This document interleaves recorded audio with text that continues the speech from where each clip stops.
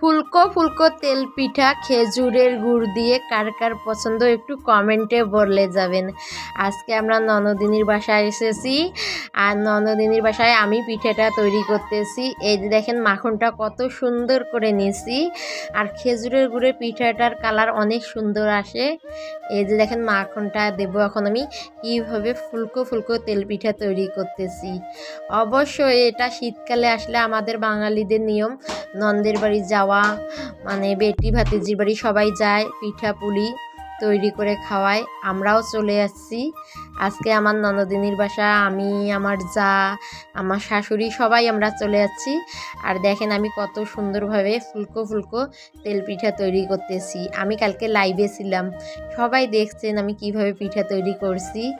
এই যে দেখেন কত সুন্দর একটা কালার আসছে, দেখে খেতে ইচ্ছা করতেছে তাই না? লোভনীয় খাবার। কার কার তেল পিঠা পছন্দ একটু কমেন্টে বলে যাবেন। সবাই ভালো থাকেন, আল্লাহ হাফেজ। দাওয়াত দিয়ে দিলাম তোমাদেরকে।